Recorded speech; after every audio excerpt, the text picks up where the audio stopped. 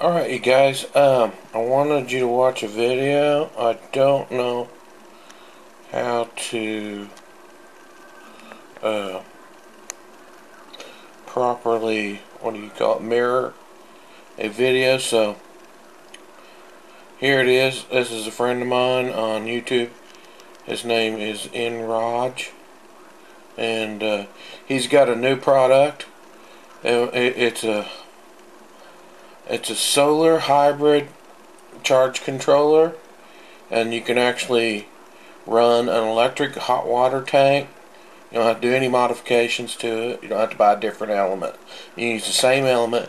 You just hook this charge controller up to it and a couple of 250 watt or 235 watt panels, or 230, whatever you got, 225s to it, 24 volt panels, and I think it'll keep your hot water at the same temperature all the time, as long as the sun's shining.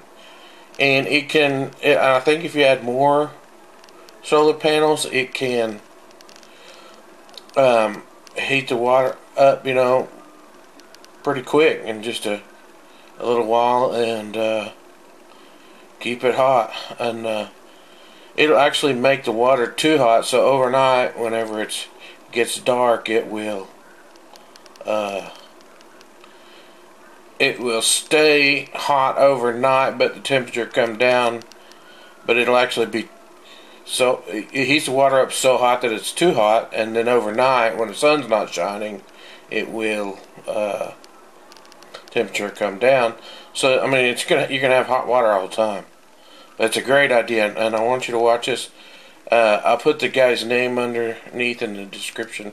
It's Enraj. Anyway, here it is. Just showing the solar hybrid hot water heater controller. This is the solar in. This is the element of the water heater coming out. 2 wires in, 2 wires out. The maximum power point tracking, MPPT, on this device makes sure that whatever wattage is coming in here goes right out to your heater element. And here's the heater element, the lower heater element, which is the way we recommend to hook it up. And as you can see, the 220 is disconnected. This is one of the wires. This is the other wire that came with the water heater. There's just 2 wires coming down. So the 220 is not getting to this element. And you've got 2 wires. This used to be connected there. Now it's connected to the hot water controller. This wire used to be connected right here. And now it's also connected to the hot water controller. And the thermostat's turned up a little bit, more than normal. I don't know if you can see that. But that's 125 down there. This is 150 at the very top. I've got it a little bit between that. And it will store that energy. So what you want to do is kind of use your hot water heater as a battery. So the theory is that, if you've got enough solar during the day, then this will heat up, and it won't go to a maximum. It'll shut off before it gets to a maximum. But it'll heat up and it'll store all that energy. And what happens is usually the hot water in the bottom of the heater, starts to rise, and it eventually ends up getting to the top. So the top part of the heater is really hotter than the lower part of the heater most of the time. And that's where you want it, because that's where the water comes out. The cold water comes in down here. The first thing it does is hit the solar, and the solar heats it up for free, and you don't need to run the grid. As you can see, this is where I plug in. A lot of times I can just unplug this.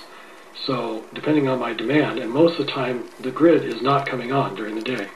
It takes about 2 kW every single day to keep your hot water just hot from the losses, just from the losses through the outside of the heater and things like that. Of course, you want to put a blanket on the heater. I took the blanket off for the demonstration. And here's your upper element. That's the only thing that's hooked to the grid. Everything's hooked up, normally. The normal wire goes in the normal place where it always is. And that's 220 there. And like I said, this is not connected to the grid. It's connected to the solar, which is right here. And it's really easy to connect. It's super simple, and this is a standard Lowe's disconnect box, which is about $7. And there's no way I could sell these to people for $7. So you go to Lowe's, you're going to need to buy some screws, you're going to want some mounting, you're probably going to want a piece of wood, you're going to want to buy some other stuff while you're there. You might even want to buy some wire. This is the wire I recommend using. You don't have to use this wire. This is basically 12 gauge. This is 10 gauge wire. And what I did is, if you can see, I hooked two wires together. There's a black and a green, because this is a standard just 10 gauge extension cord. And that's minus, that's plus, and that's all you have to worry about for polarity. These two wires don't actually have polarity, but I went ahead and hooked the black to the black and the white to the plus over here. And if you ever want to disconnect it, you just pull this. And you probably should have a disconnect outside if you're running higher voltage on here, but we're only at 48 volts. I'm running 250 watts in right now, and it's doing really well, and I'm really happy with it because my upper element doesn't come on very much.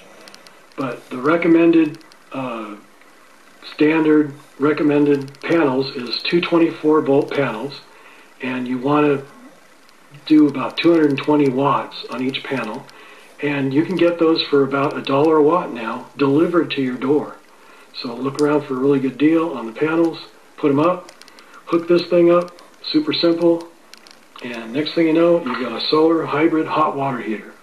And the power company is not getting much. Thank you for watching. Yeah, he's selling these on eBay. I'm gonna cut this video off.